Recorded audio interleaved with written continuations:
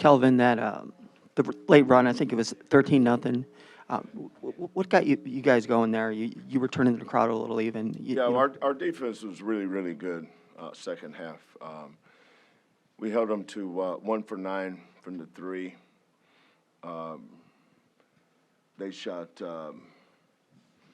35% from the floor, 1 for 9. I mean, our defense is really good. But some of the shots they hit the first half, I mean, especially Cars.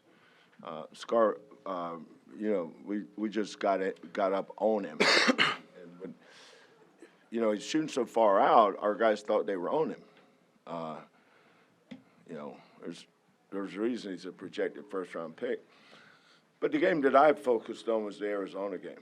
I mean, they were up 10 in the first half, and they led the Arizona game the entire game. So we knew. I'm not sure about anybody else, but we knew how good Baylor was, and they're playing their best basketball right now. Yesufu's a hard matchup. He was doing the same thing to all the best teams in this league. They got a national championship coach, knows how to go at different matchups, just like we were trying to do the same thing a lot tonight.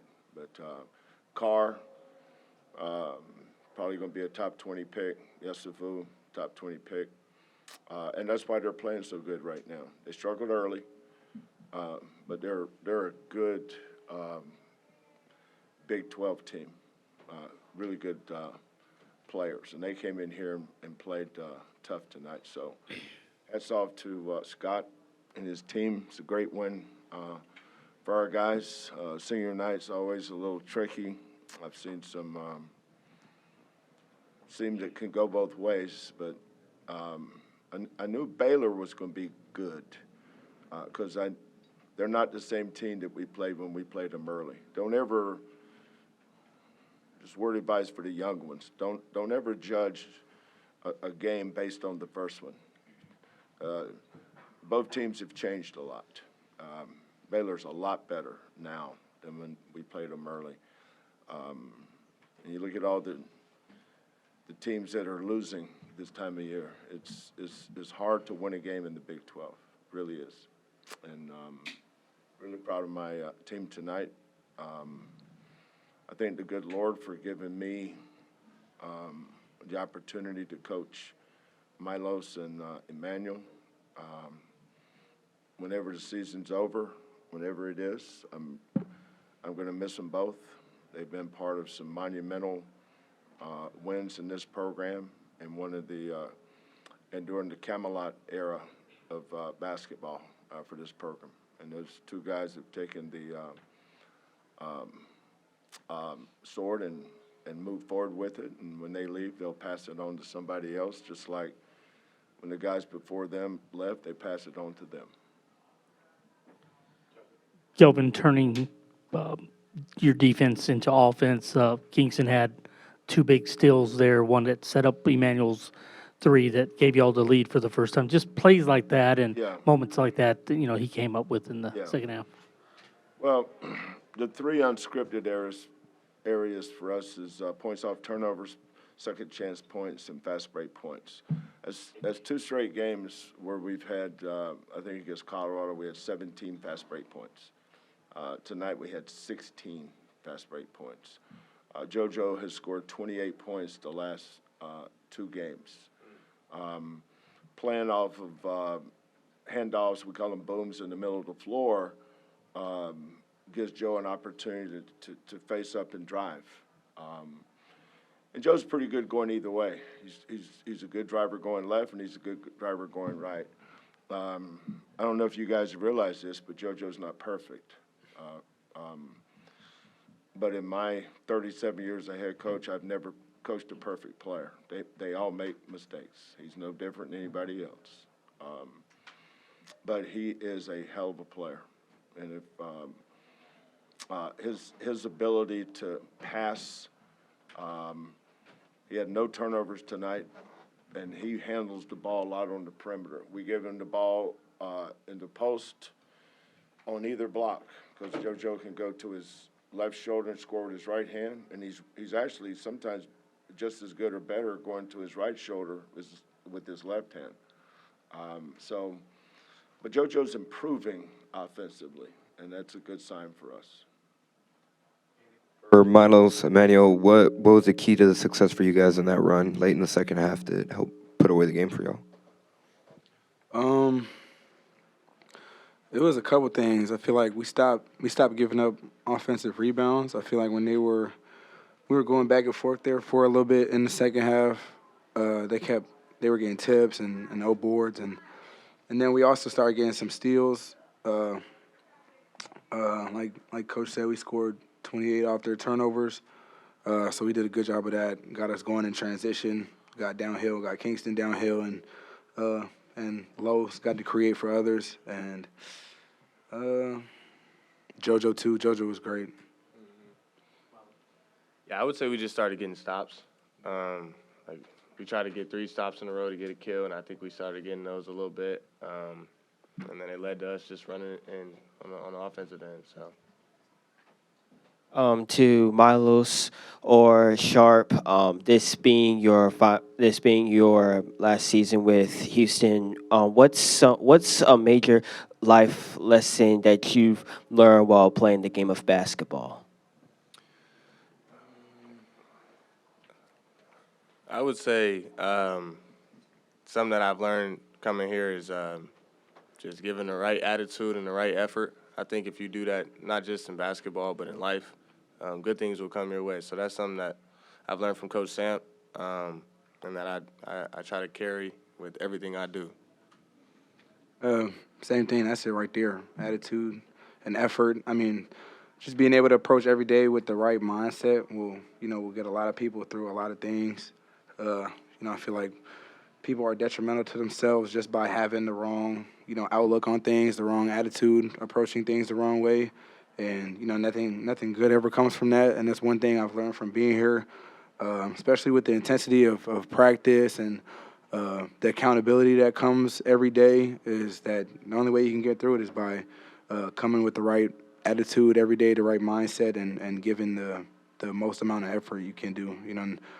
Nothing bad can ever come from, trying your hardest. So I think that's the best thing I've learned from being here. Emanuel, just wondered what your thoughts were on playing alongside Kingston, what you've seen from him as a young guy stepping in. You're an older guy, just the perspective you've seen and just what's maybe impressed you about him and the growth he's shown this year.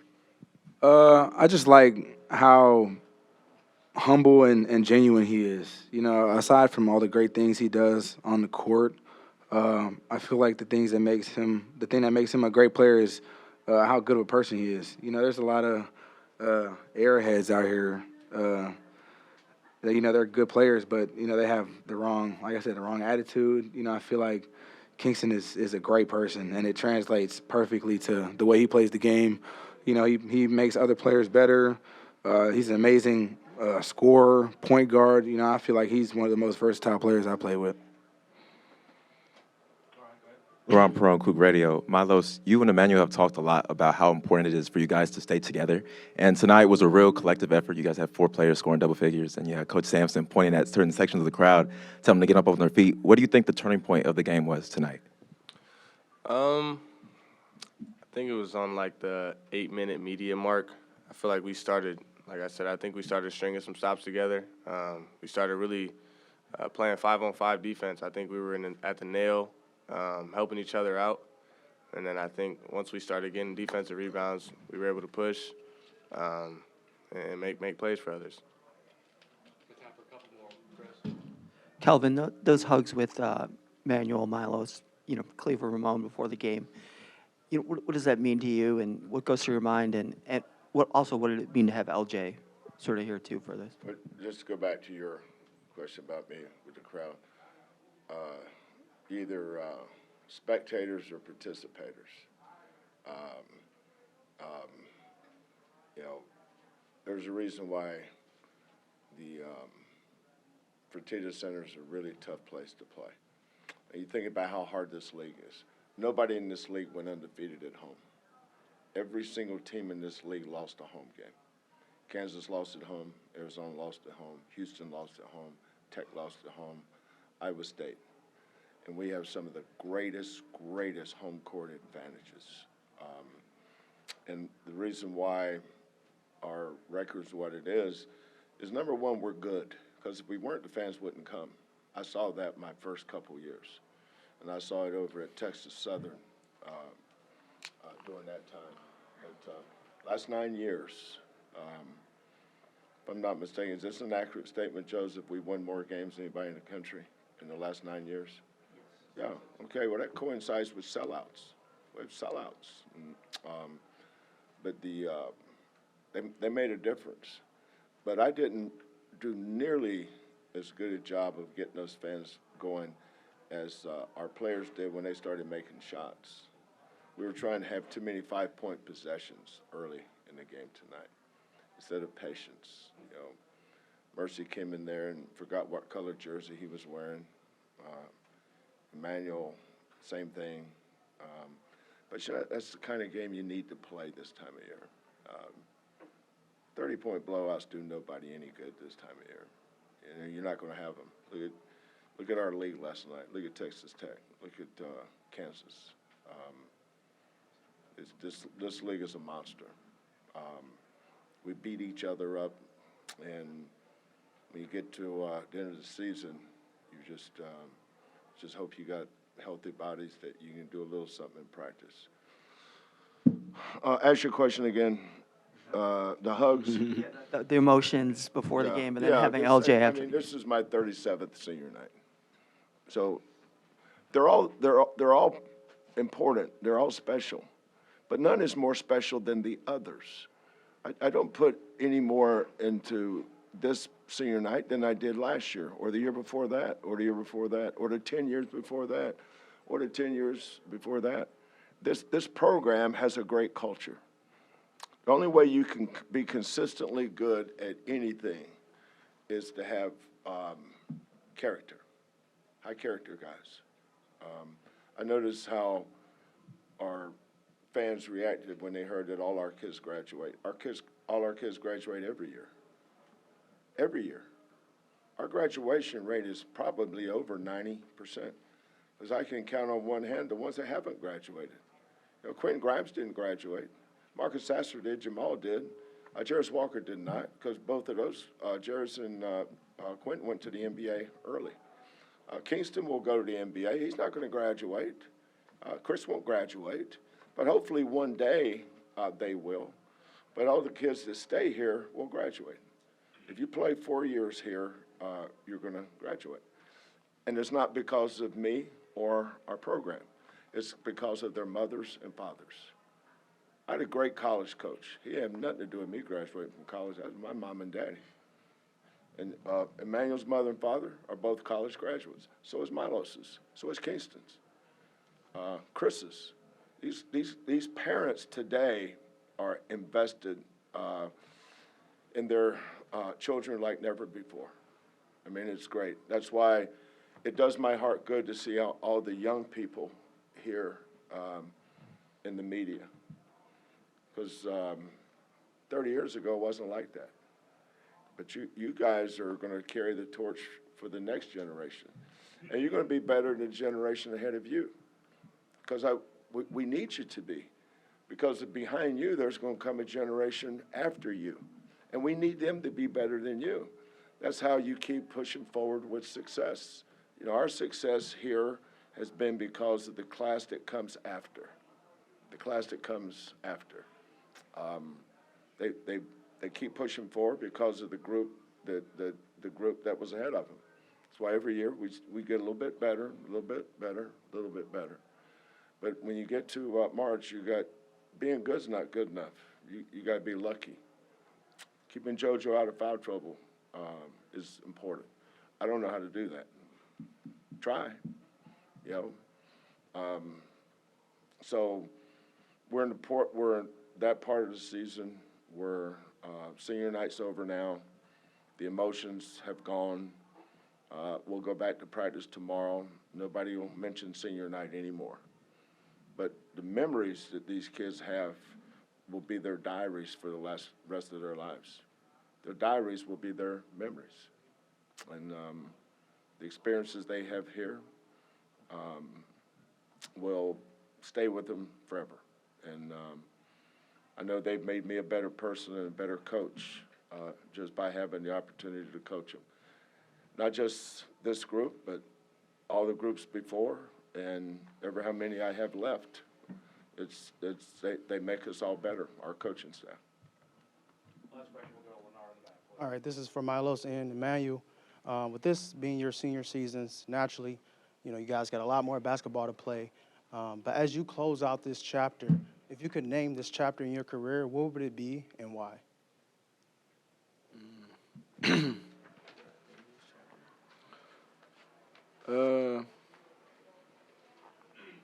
I'll probably say lessons. Just because I've learned a lot, especially this year. Just because of the responsibility that I have to be there every day for these guys and my teammates. I didn't realize how much goes into being a leader and how what you got to pour into these these other guys and just like I said earlier, showing up every day with the right attitude. I've learned a lot this year, especially with this team, and I wouldn't trade these guys for anybody in the world. So like I said, I've learned a lot this year, especially being coached by Coach Samp. I couldn't have asked for a better coach. I'm still learning every day. So I think that's probably lessons would be the best name for this chapter. I would say growth. I feel like this year I've grown a lot. Like he said, just trying to be a leader for the guys. Trying to get better myself. Yeah, I mean, I think as you go through life, you always want to continue to learn and get better. So I would say growth. I think the leadership that Milos and Emanuel provided was more challenging than any other team because we had so many freshmen that were in their first year of playing college basketball. Chase McCarty, Isaiah, Kingston, Chris. They'd never played college basketball before, and we never had a team like this. You should think about it. This team is 13-4, 25-5. With everything that we lost from last year and had to start over again. And a lot of credit for that goes to our senior leadership. Appreciate it.